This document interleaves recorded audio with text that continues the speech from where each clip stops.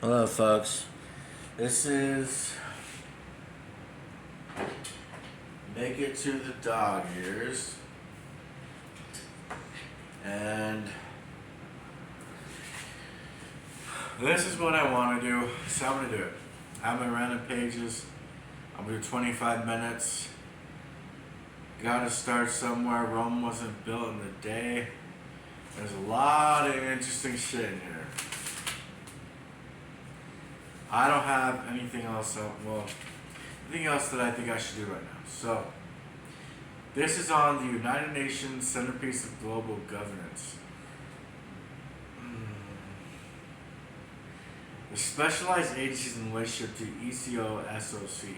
Several of the specialized agencies, including the ILO, UPU, World Meteorological Organization, predate the UN itself, as discussed in Chapter 3. Article 57 of the UN Charter laid out the broad terms under which these agencies were to be brought into relationship with the UN. The first agreement with the ILO provided a model for others, although the system of weighted voting in the Bretton Woods institutions distinguishes them from other agencies. Agreements cover such things as exchange of information documents, treatment to be given by agencies, recommendations from the UN organs, cooperation in personal, statistical services, and budgetary arrangements.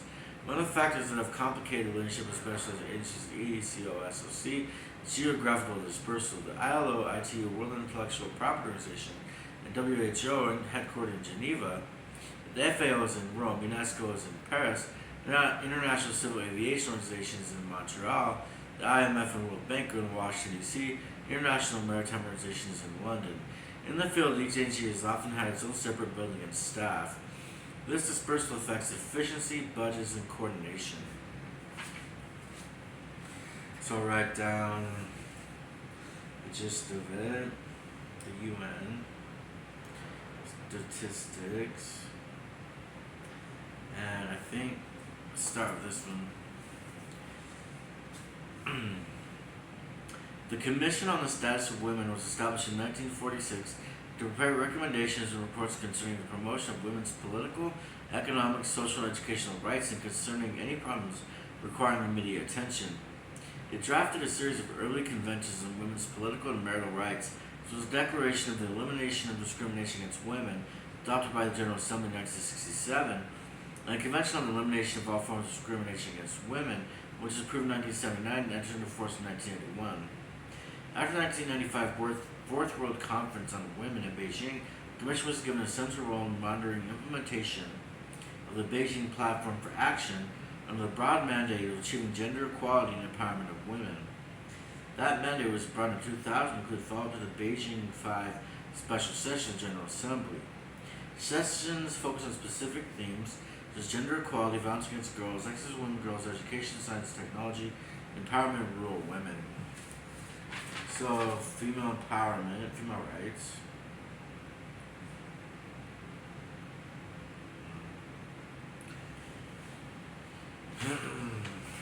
This is from Schindler's List. Okay, you know about that, right? If the magnetic drift took advantage on Pfefferberg to take out his pistol and fire, the death, the flight, the reprisals would have been considered unexceptional and appropriate to the history of the month. Herr Schindler would have been briefly mourned and similarly avenged.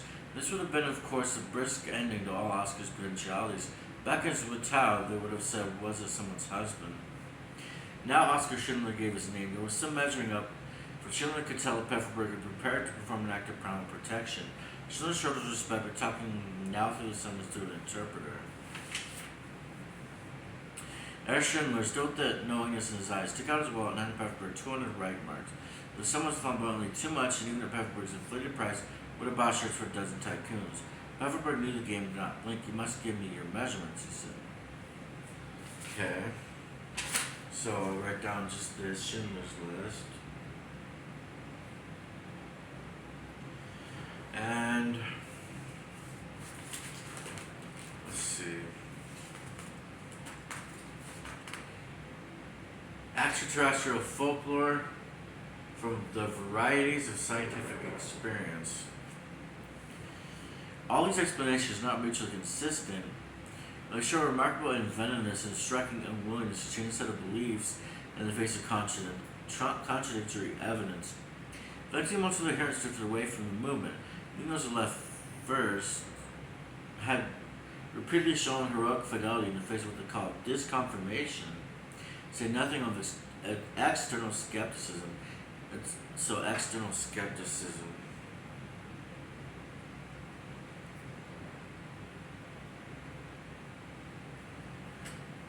It's clear that mutual support within the belief system was central to the success, however short-lived, of the faith. There was no charismatic leader here, no ambitious scoundrel. It was automatic writing in ordinary people.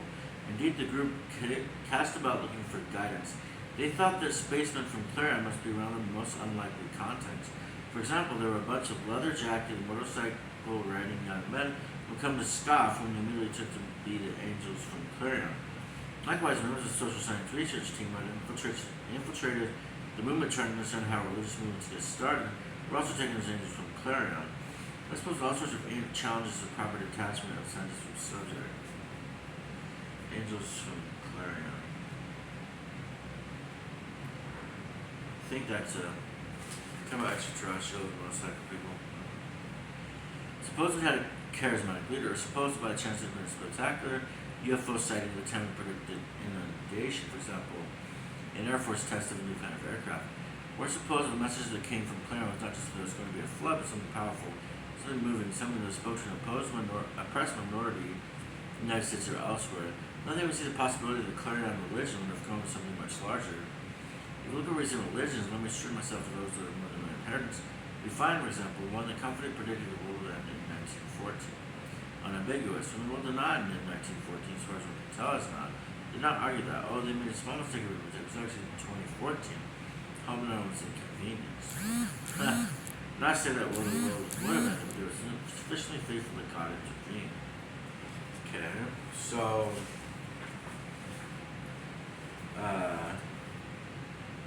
think about that. I'm just gonna put extraterrestrial. Extraterrestrial religion thinking. Extraterrestrial religion.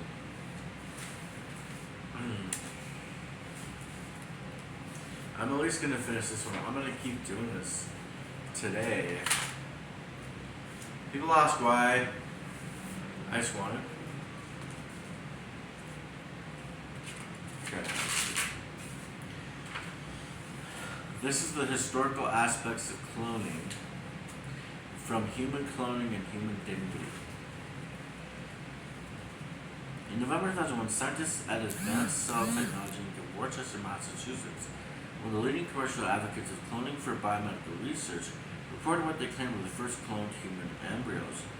The announcement, along with continued debate on the possible use of cloned human embryos for stem cell research, left the issue in the United States Senate where it stands as of this writing. Meanwhile, the general public has consistently expressed the view that human cloning is wrong. Most recently, the Gallup poll from May 2002 showed opposition to cloning to produce a child 90%, and opposition to cloning of human embryos for medical research at 61%. Asked about medical research using stem cells obtained from human embryos, no mention how the embryo was generated. 52% found it more acceptable, 51% found unacceptable. The cloning of human cells from adults for use in medical research. Several nations, including Denmark, France, Norway, Spain, and Canada, have passed or sought either partial or total bans. For example, in the United Kingdom, cloning to produce children is forbidden, but cloned embryos up to 14 days old may be used in biomedical research. In Germany, all human cloning is forbidden by law. There are also efforts now to the United Nations and other international organizations pass a worldwide ban on human cloning. Many of the same disagreements internationally about what kind of ban to pass. So, write down biomedical research, biomedical, something that interests me is stem cells.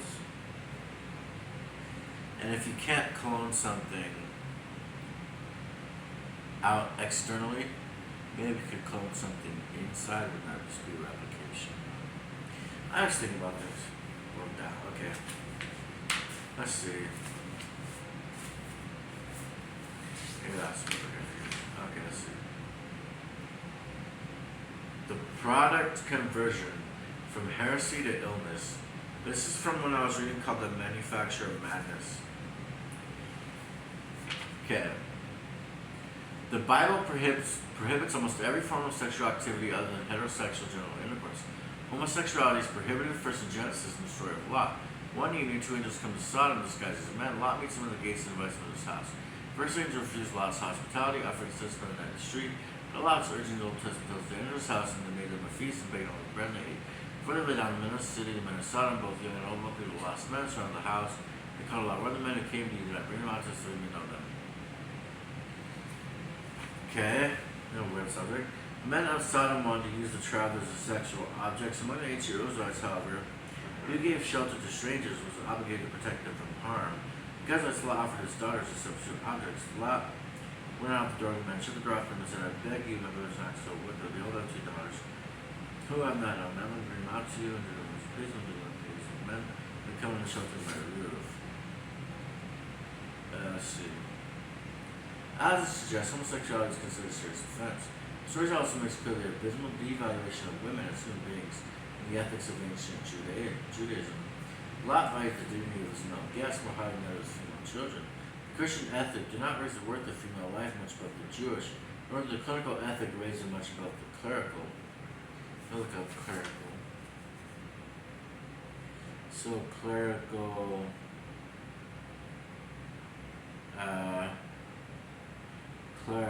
ethic.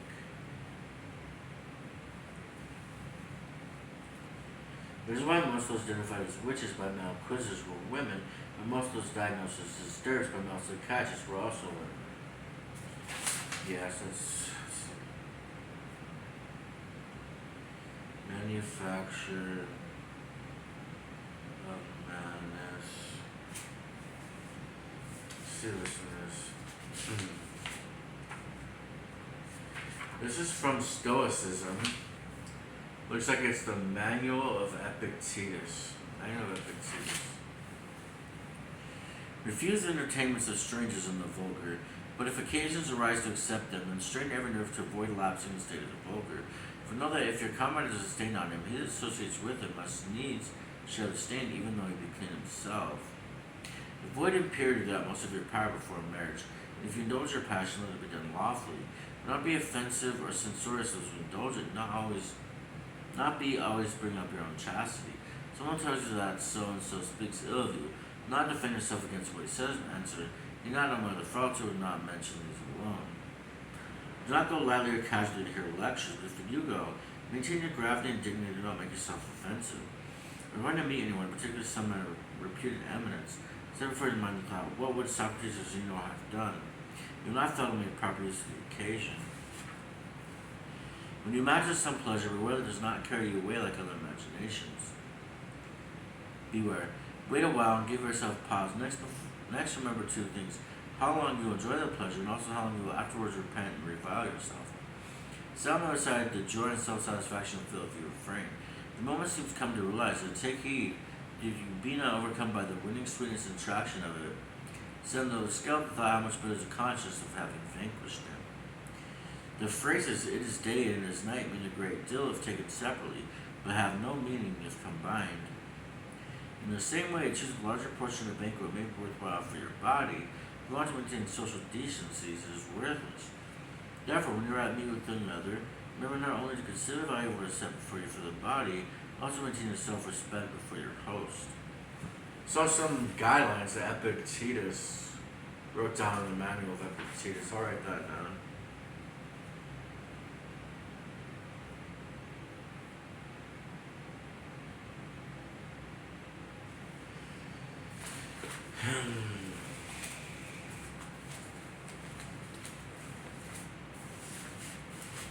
And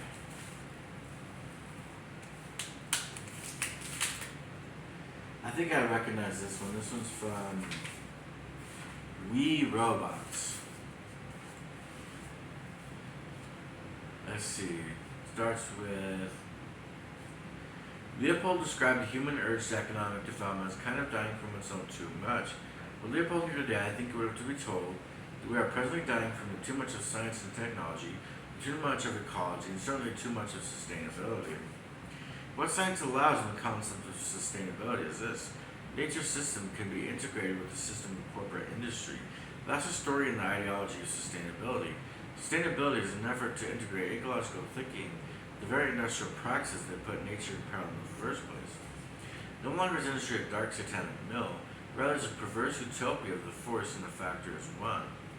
Next we're told it's going to be a green collar world. As recent television advertising explained it, whereas a perfect world of clean water, air, no landfills, and 100% recycling. A Subaru plant in Indiana.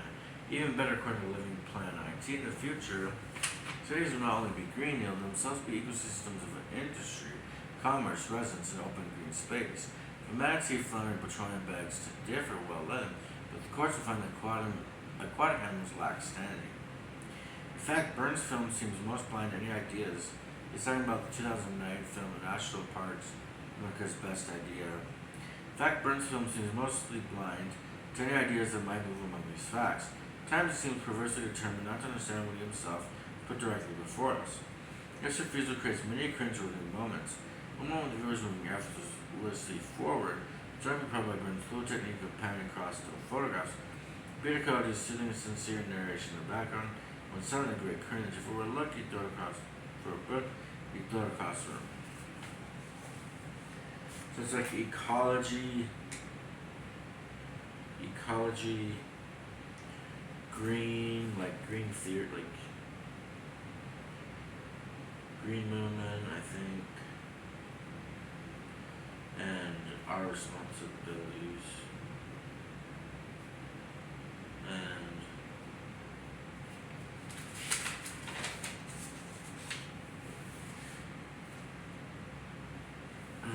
let's see.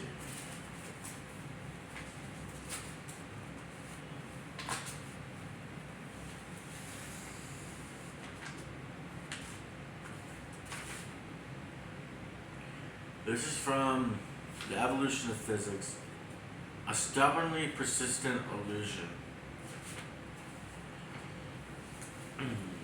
The psychological subjective feeling of time enables us to order our impressions to state that one event precedes another, but to connect evidence of time with a number by use of a clock, to regard time as a one-dimensional continuum is already an invention.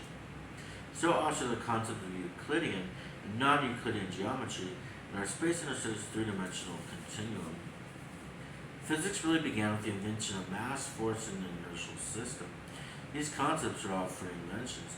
They're the formulation of the mechanical point of view. For the physicists of the early 19th century, the reality of our outer world consisted of particles with simple forces acting between them and depending only on a distance.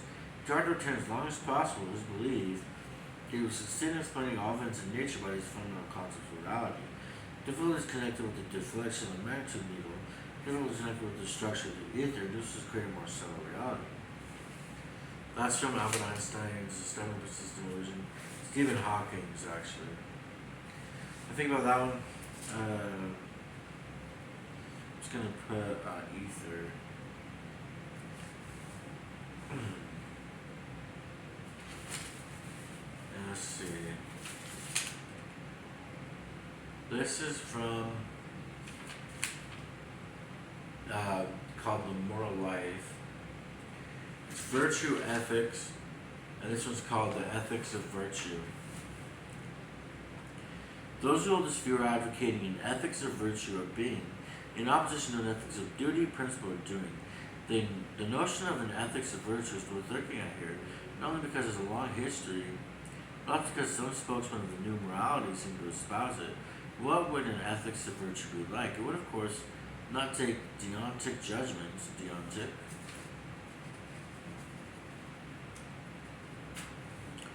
or principles as basic in morality, as we've been doing. Instead, it would take as basic arte judgments like that was a courageous deed, is actually virtuous, or courage is a virtue, arte.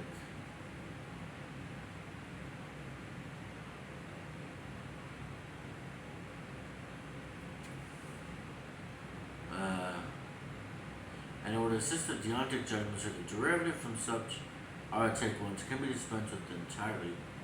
Moreover, it would regard archaic judgments about actions as secondary, and is based on archaic judgments about agents and the motives of traits, as Hume does when he writes. David Hume, when we praise any actions, we regard only the motives that produce them. Their external performance has no merit. All virtuous actions derive their merit only from virtuous motives. For an ethics of virtue, then, what is basic in morality is judgments like benevolence is a good motive, courage is a virtue, morally good man is kind to everyone, and more simply and less ethically be loving, not judgments or principles about what our duty is or what we ought to do. But of course, the things of this basic instruction will guide us, not only about what to be, but also about what to do. It looks as if there would be three kinds of ethics of virtue, corresponding to three kinds of ethics of duty covered earlier. The question we answer is, what dispositions or traits are moral virtues? Trait-egotism, write that down. Trait-egotism applies to the virtues of the dispositions that are most conducive to one's own good or welfare, or alternatively, that prudence or careful concern for one's own good is the cardinal basic moral virtue, other virtues being derivative from it. Trait-utilitarianism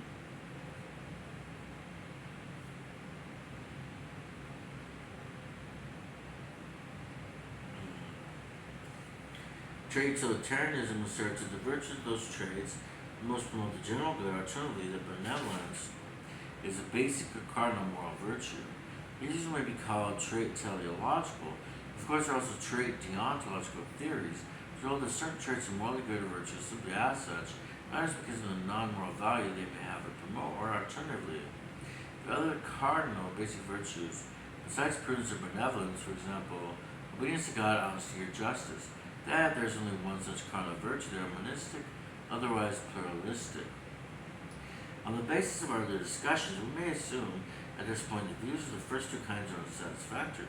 But the most adequate ethics of virtue would be one of the third sort, one that would posit two cardinal virtues, namely benevolence and justice, considered not as dispositions or traits of character rather than as principles of duty. By a set of cardinal virtues, it meant set of virtues of one, not be derived from one another, and two, all other moral virtues can be derived from or shown to be forms of them. Plato and other Greeks thought there were four cardinal virtues in this sense. So, Plato and Greeks thought right here it says, Plato and the Greeks thought there were four cardinal virtues. That was wisdom, courage, temperance, and justice.